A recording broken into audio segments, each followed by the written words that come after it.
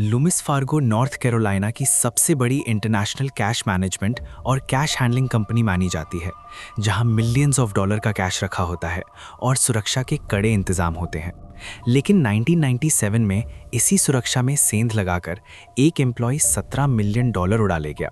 लेकिन ना तो एक साल तक पुलिस उसे पकड़ पाई और ना ही एफबीआई।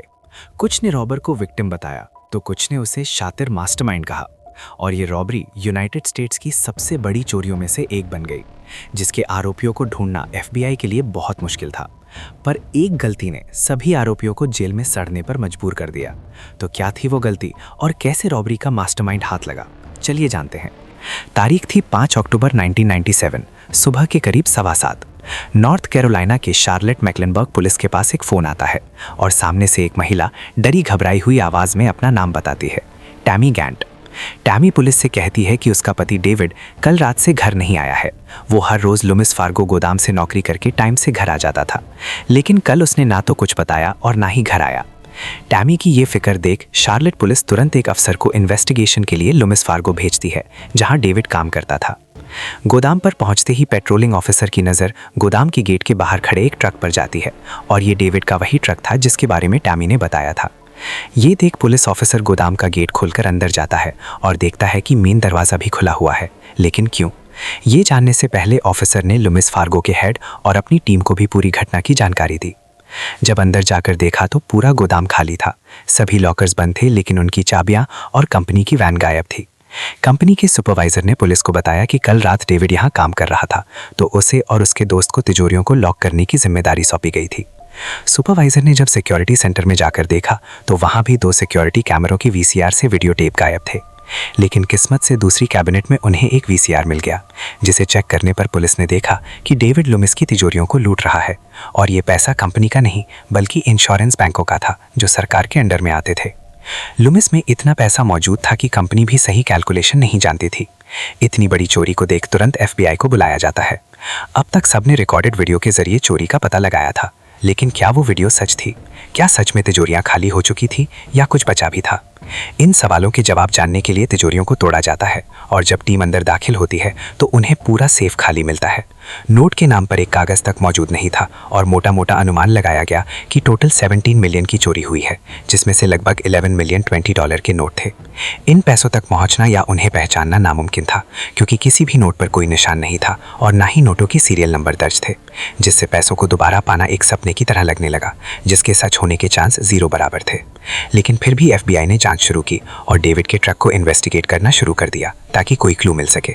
इसी जांच के बीच उनके हाथ एक वेडिंग रिंग लगी, जिसे डेविड ने उतारकर एस्ट्रे में रख दिया था, मानो वो अब सारे रिश्ते तोड़कर आगे बढ़ गया हो।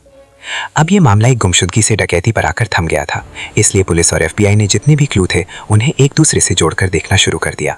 चोरी को 24 घंटे से ज़्यादा का समय गुजर चुका था। ऐसे में डेविड कहाँ हो सकता था, किसने उसकी मदद की थी और उसने ये चोरी क्यों की, ये पता लगाना बहुत मुश्किल था। लेकिन उसका परिवार शायद इस गुत्थी को सुलझा सकता था, इसलिए ऑफिसर डेविड की पत्नी और एक बहन से पूछताछ करते हैं। डेविड की वाइफ टैमी ऑफिसर्स को बताती है कि चोरी से पहले डेविड एकदम नॉर्मल था। वो लोग आर्थिक तंगी से गुजर रहे थे, क्रेडिट कार्ड का कर्ज बढ़ता जा रहा था, इसलिए टैमी अक्सर डेविड को फिजूल खर्च करने से रोकती थी। डेविड भी इस कर्ज से छुटकारा पाने के लिए एक्स्ट्रा आवर्स में काम कर रहा था और काफ़ी मेहनती भी था, इसलिए टैमी को यकीन नहीं हो रहा था कि डेविड इतनी बड़ी चोरी कर सकता है। उसे लग रहा था कि शायद किसी ने उससे ज़बरदस्ती ये चोरी करवाई है और फिर उसे किडनैप कर लिया है। कहीं न कहीं ऑफिसर्स को भी टैमी की बातों पर यकीन हो रहा था, क्योंकि चोरी करने से पहले उसने कुछ भी ऐसा नहीं किया था जिससे ये कंफर्म हो सके कि वो अगले दिन चोरी करने की प्लानिंग में इन्वॉल्व था। डेंटल अपॉइंटमेंट से लेकर टैमी के साथ अच्छे बिहेवियर रखने तक सब कुछ एकदम नॉर्मल था। टीम भी बहुत ज़्यादा कंफ्यूज थी कि क्या ये सब डेविड ने अपनी मर्जी से किया या फिर वो एक मोहरा है।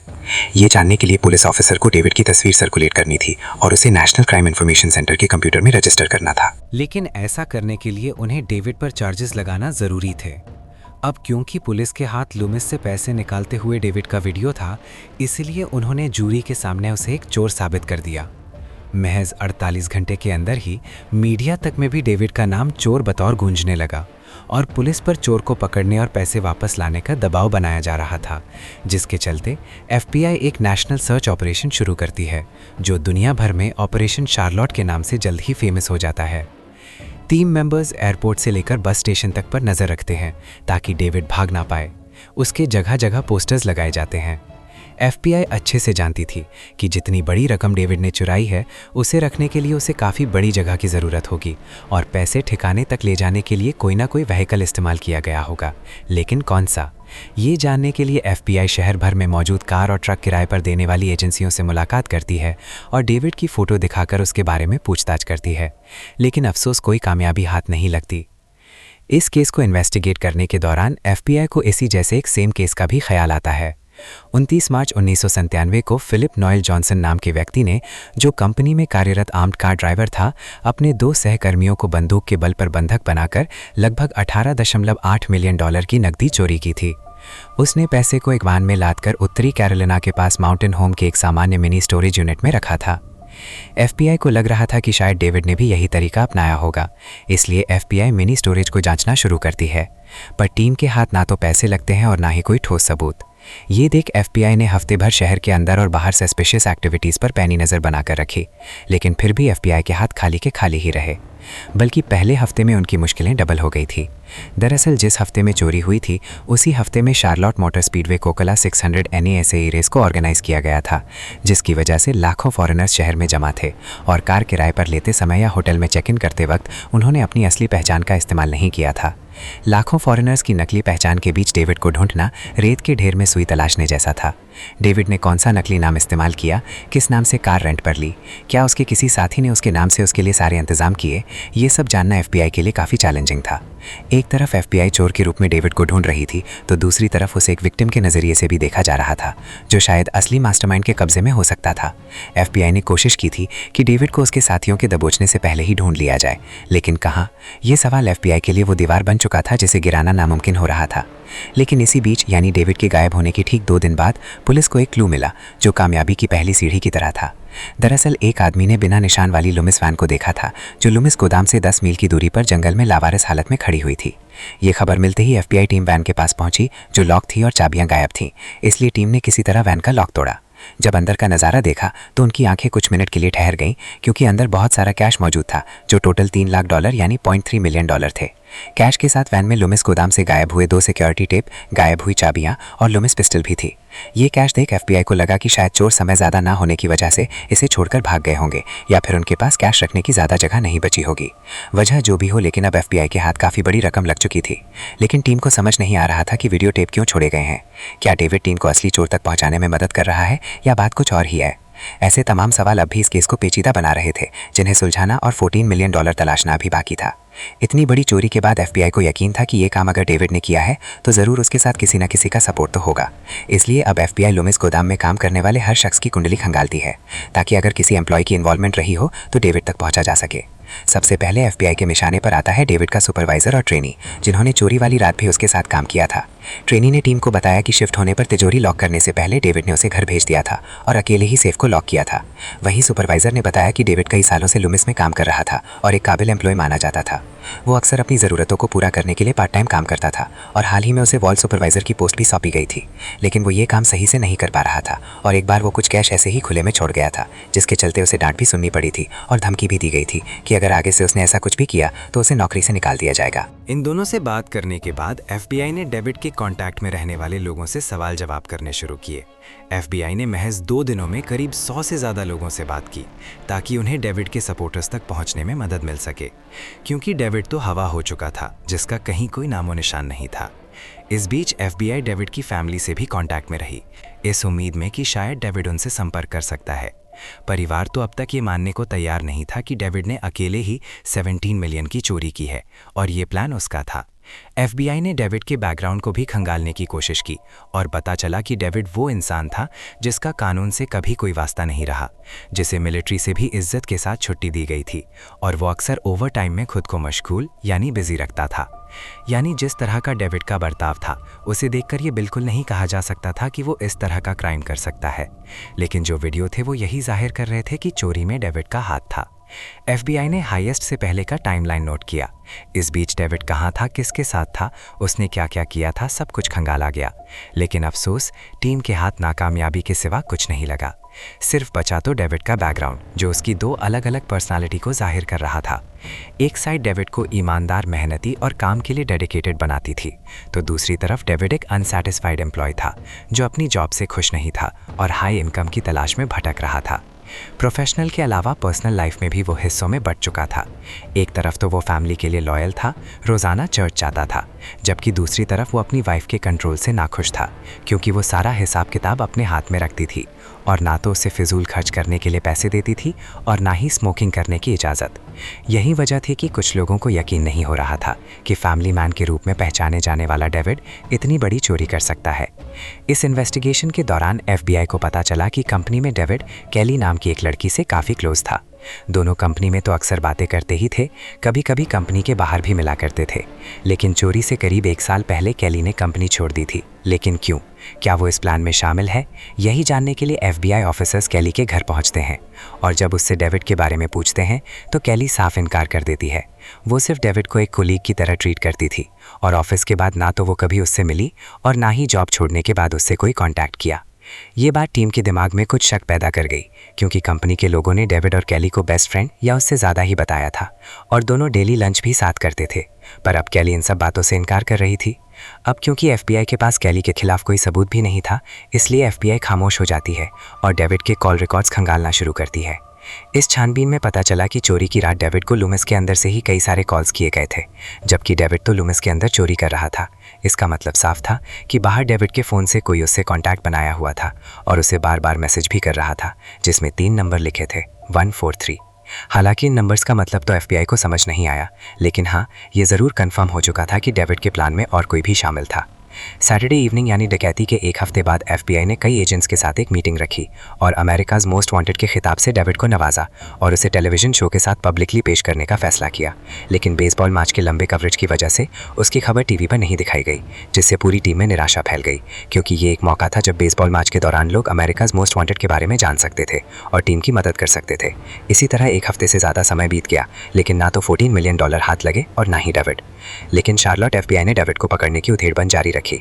लगातार उसे खबरों के जरिए लोगों के बीच बनाए रखा।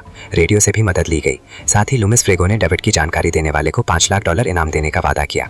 जितने भी एफबीआई के पास अब तक मिले सबूत थे, उनका एक कलेक्शन बनाकर रखा गया। अगर शहर भर में कोई भी आम इंसान बेतहाशा खर्च करता तो शहरवासी एफबीआई तक उसकी खबर पहुंचा देते और एफबीआई टीम उस शख्स के पास मौजूद पैसों की जांच पड़ताल करती कि कहीं ये चोरी के पैसे तो नहीं। इस तरह एफबीआई ने कई लोगों को इन्वेस्टिगेट किया। ऐसे ही एक दिन एफबीआई को एक मुखबिर से पता चला कि डकैती होने के बाद से ही एरिक पाइने नाम का एक शख्स बहुत पैसे खर्च कर रहा है।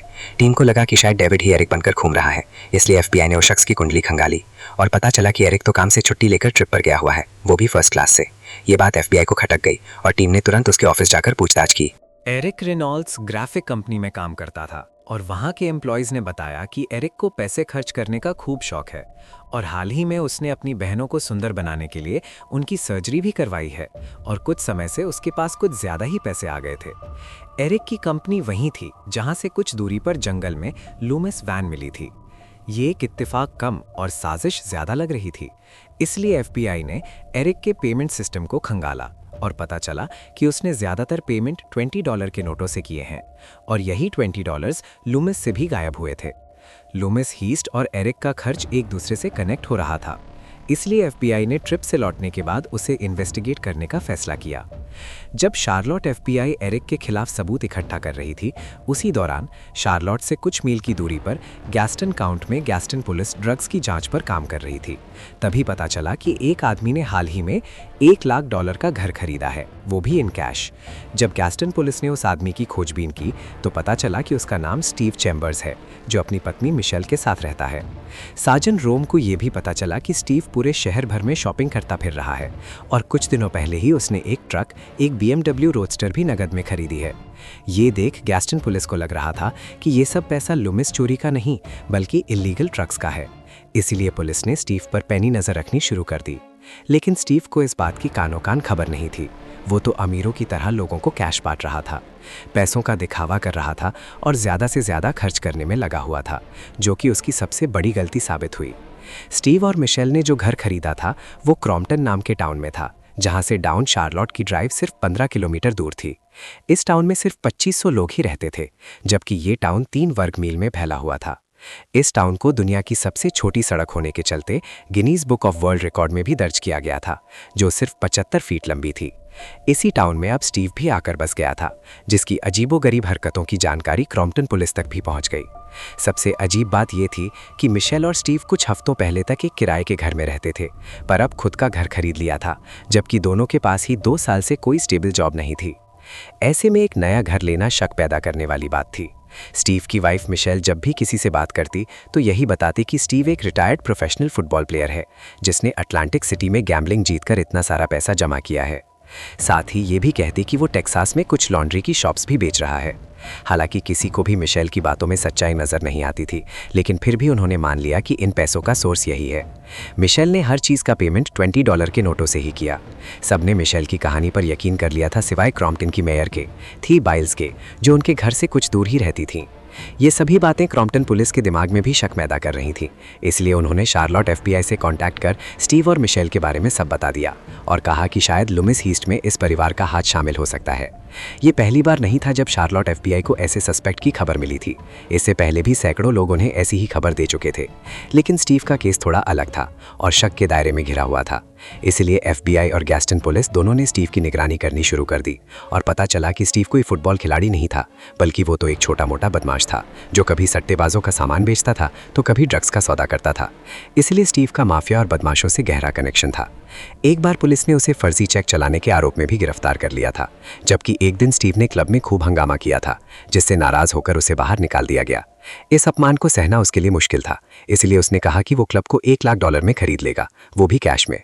ये सब दिखावटी चेहरा लुमिस हीस्ट के बाद से दुनिया के सामने आ रहा था, लेकिन ऐसा कोई सबूत नहीं था जो ये जाहिर कर सके कि ये पैसा लुमिस का है। डेविड को भागे हुए कई हफ्ते या कहें तो महीने गुजर चुके थे और इस बीच सैकड़ों लोगों के खिलाफ पुलिस जांच पड़ताल कर रही थी, जिन पर भी उन्हें शक था। डेविड के साथियों से भी पूछताछ की गई। FBI ने सस्पिशियस ट्रांजैक्शन का पता लगाने के लिए बैंक रिकॉर्ड्स भी खंगाले, लेकिन ये काम बिल्कुल भी आसान नहीं था। सैकड़ों अकाउंट्स के ट्रांजैक्शन को जांचना और फिर उनमें से सस्पेक्ट को अलग करके उनकी जांच करना, इस सब में FBI का बहुत ज़्यादा वक्त खर्च हो रहा था, जबकि कामयाबी के नाम पर उनके हाथ अब तक खाली थे। लेकिन एक दिन FBI को 2 सस्पिशियस एक्टिविटीज़ की रिपोर्ट मिली। इसमें बैंक के अधिकारी ने स्टीव और मिशेल के अनयूजुअल ट्रांजैक्शन की सूचना दी थी। साथ ही ये भी बताया था कि मिशेल डकैती के अगले ही दिन नेशंस बैंक की एक ब्रांच में कैश से भरा ब्रीफकेस लेकर आई थी और पूछा था कि वो कागजी कार्यवाही यानी पेपर वर्क पर सिग्नेचर करने से पहले कितना अमाउंट जमा कर सकती है। ये देखकर कैशियर को थोड़ा शक भी हुआ, लेकिन मिशेल ने उसे भरोसा दिलाया कि ये पैसा इलीगल नहीं है। फिर भी कैशियर ने एक सस्पिशियस रिपोर्ट तैयार की। ये जानकारी मिलने के बाद पुलिस का शक स्टीव पर और बढ़ गया, लेकिन अब भी इन पैसों का लमिस कैश से कोई सीधा कनेक्शन नहीं दिख रहा था। फिर भी कहीं ना कहीं पुलिस को शक हो चुका था, इसलिए स्टीव और मिशेल पर नज़र रखनी शुरू कर दी गई। समय समय पर स्टीव और मिशेल दोनों ने बैंकों में बड़े अमाउंट में पैसे जमा कराए और डिपॉजिट सेफ भी कई सारे खरीदे जिनमें पैसा रखा जा रहा था। ये देखने और जानने के बाद एजेंट्स ने 24 घंटे उन दोनों पर नज़र बनाए रखी।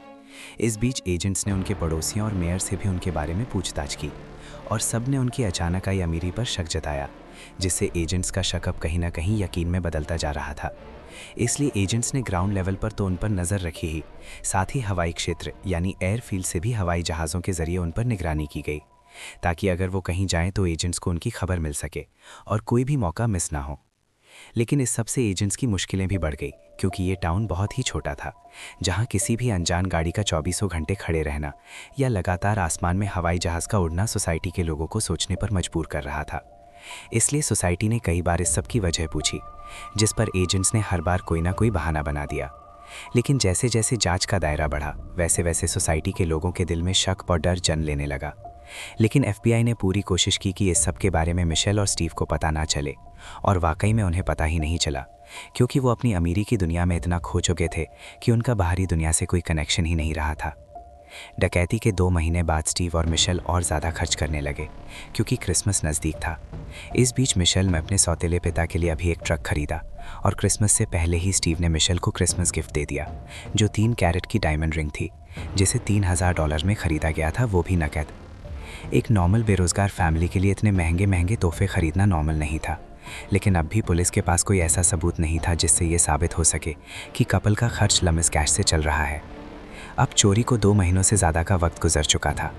लेकिन डेविड ने इस बीच अपनी फैमिली से कोई कांटेक्ट नहीं किया, जबकि परिवार को लग रहा था कि शायद डेविड के साथ कुछ बुरा हुआ है। ऐसा लग रहा था कि शायद सच में डेविड के साथ कुछ गलत हुआ है, इसलिए चोरी के बाद से ही वो कभी किसी की नज़र में नहीं आया।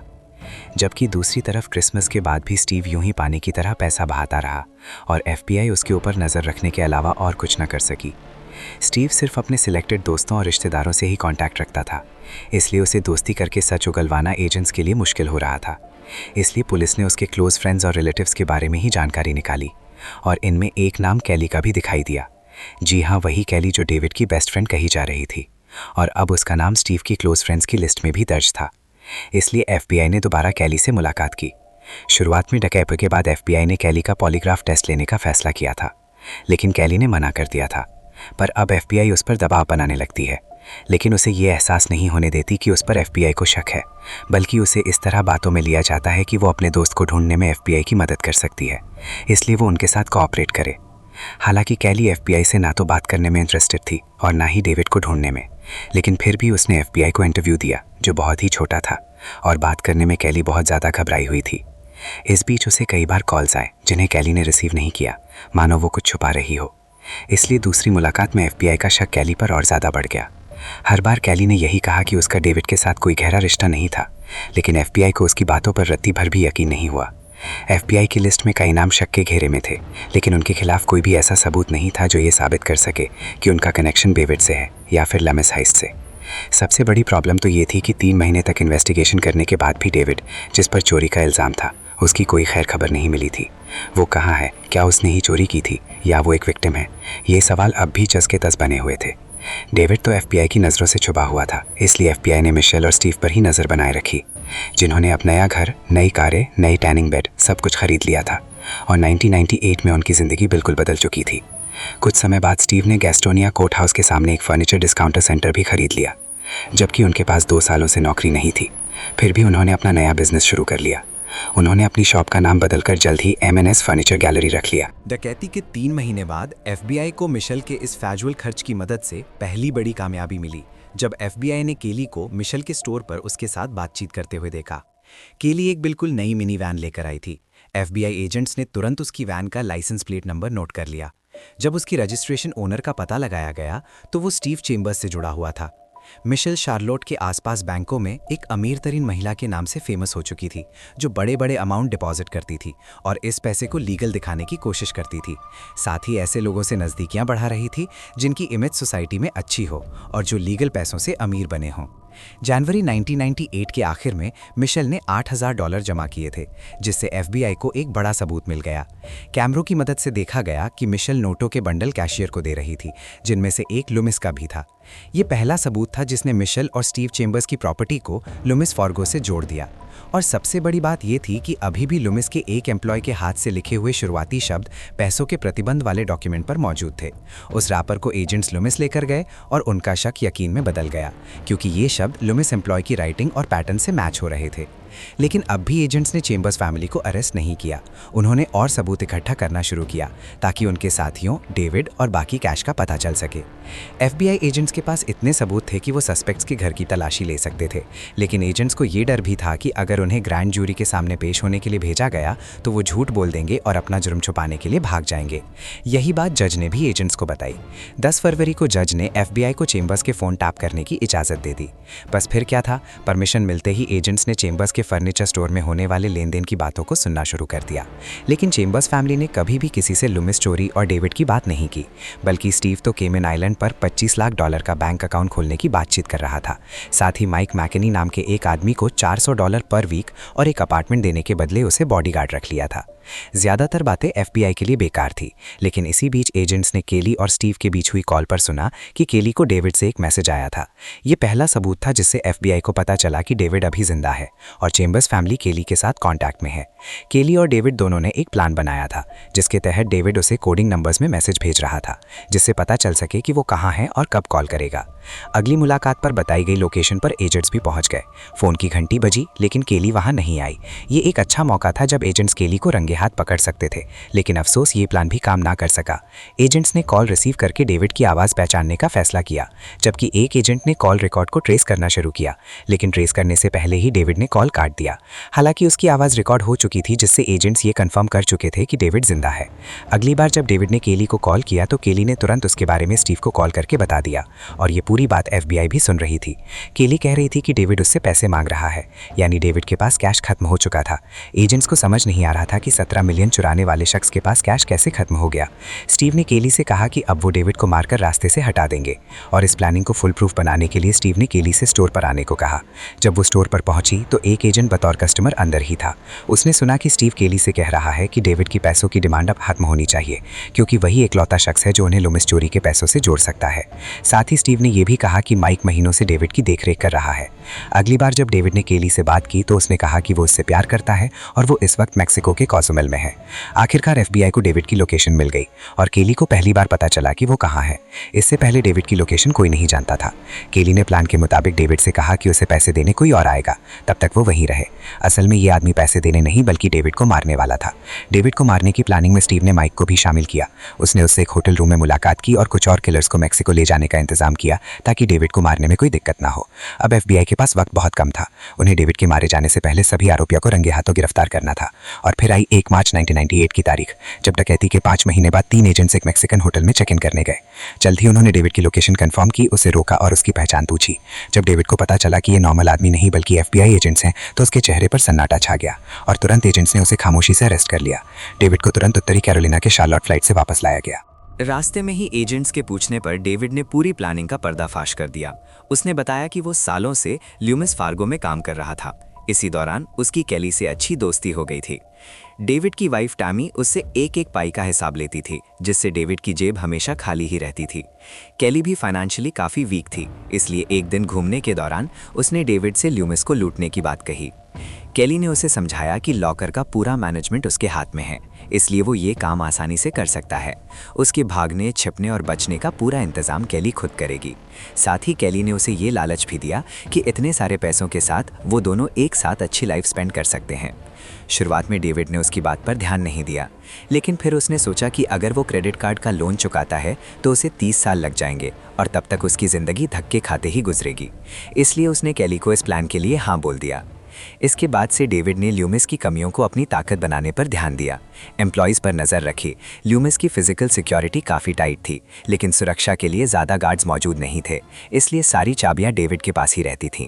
डेविड अच्छे से जानता था कि भागना आसान होगा लेकिन बचना मुश्किल, इसलिए उसने FBI के बारे में डीप स्टडी की और देखा कि लूटपाट के केस में FBI ट्रांसपोर्ट सेंटर्स जैसे एयरपोर्ट, बस स्टेशन और लूट की जगह को जांचती है, इसलिए उन्हें सब जगहों से बचकर रहना होगा। डेविड ने पूरे प्लान का एक प्लॉट बनाया और उसे केली के साथ डिस्कस किया। डेविड ने फैसला कर लिया था कि डकैती के बाद उसे शार्लोट से बहुत दूर जाना होगा और कंट्री से बाहर जाने के लिए उसे एक नकली पासपोर्ट की ज़रूरत थी, जिसके लिए काम आया स्टीव, जो केली के कांटेक्ट में था। डेविड और स्टीव का कभी आमना सामना नहीं हुआ क्योंकि दोनों ही नहीं चाहते थे कि पकड़े जाने पर वो एक दूसरे का नाम ले। स्टीव ने केली के साथ ही पूरी प्लानिंग कर डकैती के बाद का पूरा इंतजाम किया। उसने इस काम में अपने चचेरे भाई स्कॉट और स्कूल फ्रेंड एरिक को भी शामिल कर लिया और $1 लाख प्रति व्यक्ति के हिसाब से पैसे छिपाने में मदद के लिए अपने साथ जोड़ लिया।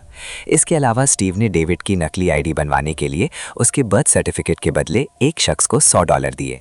सभी इंतजाम होने के बाद डेविड को 4 अक्टूबर 1997 को पता चला कि उसे अकेले ही ल्यूमिस को बंद करना होगा।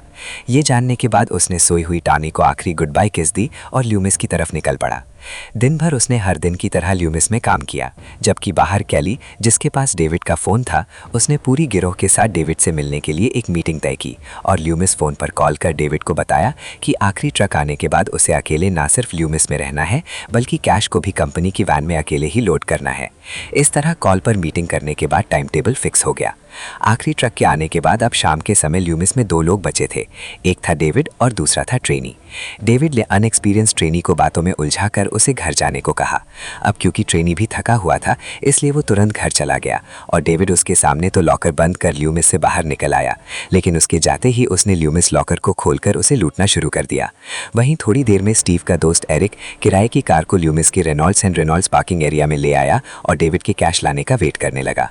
जबकि ल्यूमिस से कुछ दूर सड़क पर केली, स्कॉट और स्टीव भी गाड़ी में बैठे सब कुछ देख रहे थे। वहीं अंदर डेविड ने पूरे कैश को सफेद ल्यूमिस वैन में रखना शुरू किया और उसकी ये हरकत टेप पर रिकॉर्ड हो गई। इस बीच केली डेविड को 143 का मैसेज भेजकर हालात का जायजा ले रही थी। कोड का मतलब था आई लव यू। रात को 7:45 पर डेविड ने सारे पैसे वैन में रख लिए, लेकिन एक पैकेट रखने की जगह नहीं थी। फिर भी उसने ज़बरदस्ती उसे ठूस दिया और फिर सिक्योरिटी रूम में कैबिनेट में रखे 2 वीडियो रिकॉर्डर चुरा लिए, लेकिन उसे तीसरे रिकॉर्डर के बारे में पता नहीं था, इसलिए वो छूट गया। डेविड ने जब मेन डोर खोलने की कोशिश की तो दरवाज़ा खुला ही नहीं, लेकिन तभी एक शख्स उसके पास आया और जंजीरों को खोलने लगा। एक पल को डेविड को लगा कि वो फंस गया, पर जब उसने केली की कार को देखा तब उसे समझ आया कि इस प्लान में और भी लोग शामिल हैं। इस तरह पूरे इंतजाम के बाद फाइनली डेविड $17 मिलियन कैश लेकर ल्यूमिस से भाग निकला।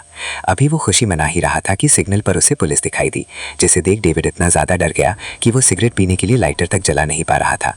लेकिन तभी सिग्नल ग्रीन हुआ और डेविड वहाँ से भाग निकला और रेनॉल्ड्स पार्किंग में पहुंच गया, जहां उसकी पूरी गिरोह भी आ गई। केली के कहने पर डेविड ने ल्यूमिस की चाबियां एरिक को सौंपी और खुद केली की कार में बैठकर वहां से चला गया, लेकिन एरिक को ये नहीं बताकर गया कि चाबी के गुच्छे में वैन की चाबी कौन सी है। इस बात से अनजान डेविड केली के साथ दक्षिण कैरोलिना के कोलंबिया एयरपोर्ट की तरफ जा रहा था और उसके पास खर्च के लिए अभी ल्यूमिस के $500 थे। लेकिन वो इन्हें प्लेन में अपने साथ नहीं ले जा सकता था। इस प्रॉब्लम को सुलझाने के लिए केली ने स्टोर से एक जोड़ी पैंटीहोज़ खरीदी और उसे काट कर उसमें पैसे रख दिए। दूसरी तरफ 200 चाबियों में से अभी तक एरिक को सही चाबी नहीं मिली थी। ये देख स्टीव और उसके साथियों ने वैन के शीशे को तोड़ने की कोशिश की, लेकिन वो बुलेट प्रूफ थे। कुछ देर की मेहनत के बाद आखिरकार वैन का दरवाज़ा खुल गया और सामने मिलियंस ऑफ डॉलर थे, जिन्हें ले जाने के लिए स्टीव 3 ब्लू बैरल लेकर आया और तीनों ने जल्दी जल्दी उनमें पैसे भरने शुरू किए, लेकिन पूरे पैसे उनमें नहीं आ पाए, इसलिए कुछ पैसे स्टीव ने वहीं छोड़ दिए और वैन को ठिकाने लगाने के लिए निकल पड़ा। कुछ देर बाद केली ने स्टीव को कॉल कर बताया कि कोलंबिया एयरपोर्ट पर मेक्सिको के लिए कोई फ़्लाइट नहीं है। इस पर स्टीव ने डेविड को 200 मील दूर अटलांटा भेजने की सलाह दी और डेविड अकेला ही बस पकड़कर अटलांटा के लिए निकल पड़ा और फिर मेक्सिको जाकर अपनी नई लाइफ शुरू की। अक्टूबर के आखिर तक डेविड के पैसे ख़त्म होने लगे, इसलिए उसने केली से $6000 भेजने को कहा, लेकिन केली ने एरिक के हाथ उसे सिर्फ $8000 भेजे, जिससे डेविड को लगने लगा कि केली बाकी लोगों के साथ मिलकर उसके पैसे हड़पना चाहती है। मेक्सिको में रहने के दौरान कई लोगों ने उस पर शक जताया, क्योंकि अब तक लूमिस डकैती की खबर लोगों तक पहुंच चुकी थी, लेकिन डेविड ने किसी तरह खुद को लूमिस डकैती से अलग बताकर पीछा छुड़ा लिया। लेकिन फंसने के डर से उसने अपना लुक जल्द ही चेंज कर लिया और दूसरों से बात करना भी बंद कर दिया। एक दिन रॉबर्ट नाम का आदमी उसके पास आया और उसे बताया कि शार्लोट के लोग उसे मारने की प्लानिंग बना रहे हैं और उसे ये खबर अपने एक दोस्त से पता चली है। रॉबर्ट ने डेविड को धमकाते हुए उससे पैसों की डिमांड की और मजबूरी में डेविड ने चुप रहने के लिए उसे $2000 दे दिए। इसके बाद से डेविड ने घर में ही रहना शुरू कर दिया और समय समय पर अपना नाम और लोकेशन बदलने लगा, ताकि FBI से लेकर उसके दुश्मन तक उसे ढूंढ ना पाए। लेकिन इस बीच उसने गलती कर दी और केली, जिस पर डेविड को सबसे ज़्यादा भरोसा था, उसके पूछने पर डेविड ने अपनी लोकेशन बता दी और उससे कुछ पैसों की डिमांड की। केली के जरिए ही स्टीव और FBI दोनों को डेविड की लोकेशन के बारे में पता चल गया और दुश्मनों के पहुंचने से पहले ही FBI ने उसे अरेस्ट कर लिया। एजेंट ने जब डेविड से पूछा कि केली में ऐसी क्या बात थी कि उसके एक कहने पर उसने इतना सब कुछ कर दिया, इस पर डेविड ने कहा कि उसमें कुछ तो है, मैंने सिर्फ उसे एक बार किस किया था और वही किस आज मुझे बहुत महंगी पड़ रही है। डेविड को शार्लोट में लाने के बाद FBI ने तुरंत उसके साथियों को पकड़ने का फैसला किया ताकि वो भाग ना सके और 1 मार्च 1998 को ही पुलिस फोर्स और FBI ने स्टीव और मिशेल को घर से ही गिरफ्तार कर लिया। इसके बाद केली को भी अरेस्ट किया गया और बाकी साथी भी एक एक कर गिरफ्तार कर लिए गए। सभी के घरों से बेतहाशा पैसे और एक्सपेंसिव चीज़ें मिली, जिन्हें FBI ने जब्त कर लिया। इसके बाद 6 आरोपियों में से किसी के पास भी इतने पैसे नहीं थे कि वो लॉयर हायर कर सके। सके, इसलिए कोर्ट ने लॉयर का इंतजाम किया और सुनवाई तक बिना जमानत के हिरासत में रखा। इसी बीच डेविड और कैली को कुछ मिनट बात करने के लिए दिए गए और कैली ने डेविड से माफ़ी मांगी। डेविड सिर्फ कैली के साथ रहना चाहता था, जबकि वो भरपूर पैसा चाहती थी। जांच में पता चला कि स्टीव ने अपने दोस्त और रिश्तेदारों के जरिए अपने लिए 24 तिजोरियां खुलवाई थीं, जिनसे $10 मिलियन बरामद हुए। इस डकैती में टोटल 24 आरोपी थे और 20 ने अपना जुर्म कबूल किया, जिसके बाद कोर्ट ने पैसे छिपाने के इल्जाम में एरिक को 6.5 साल की सजा दी। वैन को ठिकाने लगाने के लिए स्कॉट को 4 साल 7 महीने की, मिशेल को 7 साल 8 महीने की, स्टीव को 11 साल 3 महीने की सजा दी गई, जबकि माइक और बाकी आरोपियों को कत्ल की साजिश के चलते 11 साल 6 महीने की सजा मिली। FBI के साथ कोऑपरेट करने के चलते कैली को 5 साल 10 महीने, जबकि डेविड को 7 साल की सजा सुनाई गई। इस तरह सभी आरोपियों को उनके जुर्म के हिसाब से अलग अलग सजा मिली और ये केस कई महीनों की मेहनत के बाद आखिरकार सॉल्व हो ही। आपको ये कहानी कैसी लगी कमेंट सेक्शन में लिखकर जरूर बताएं। ये तो सिर्फ शुरुआत है, असली कहानियां अभी बाकी हैं। ऐसे ही अनोखे किस्से चाहते हो तो द यूनिक को सब्सक्राइब करना मत भूलना। मिलते हैं नेक्स्ट वीडियो में।